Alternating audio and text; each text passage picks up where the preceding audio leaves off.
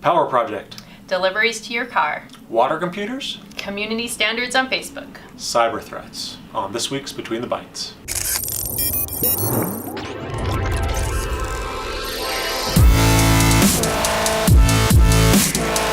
Welcome to Between the Bytes, where we're not as smart as your average nerd. I'm Sandra Smith. And I'm Gary Arnold. This week's stat: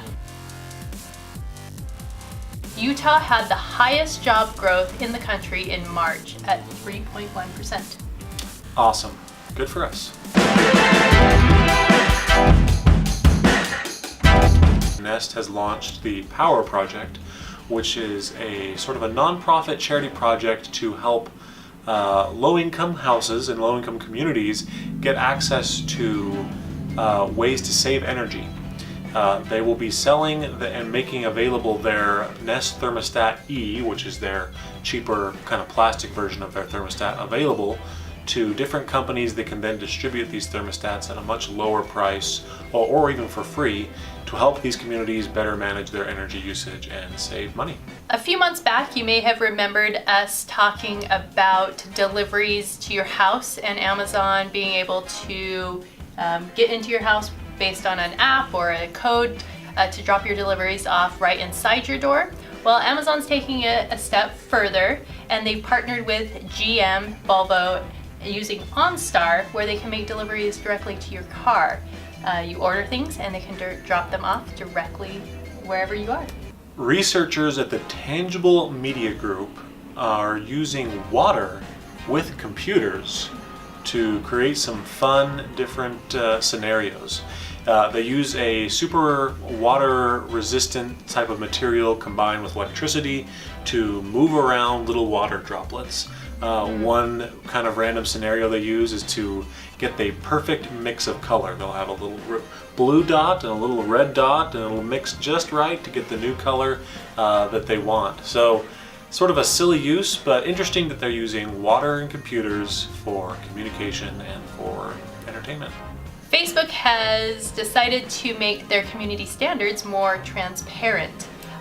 Now they have really, in detail, let you know what is banned from Facebook. The document is 27 pages, and it really doesn't say anything new, but just provides you a little more detail in what the community's all about. Don't do bad things. Yep, summed it up right there. Yeah. And finally, we just learned about a vulnerability on NVIDIA chips. The Tegra X1 system on chips processor has a built-in vulnerability that allows hackers to load directly to the boot ROM level. It's all Greek to me, but basically the vulnerability is built into the hardware right when it leaves the factory, so there is no patch for it. The chip is used on Android devices, including the Nintendo Switch. So hackers have already been able to get into the Nintendo Switch and boot it into whatever they want. A little bit scary, a little bit worrying. The recommendation from the manufacturers is go buy another tablet. This week in tech history.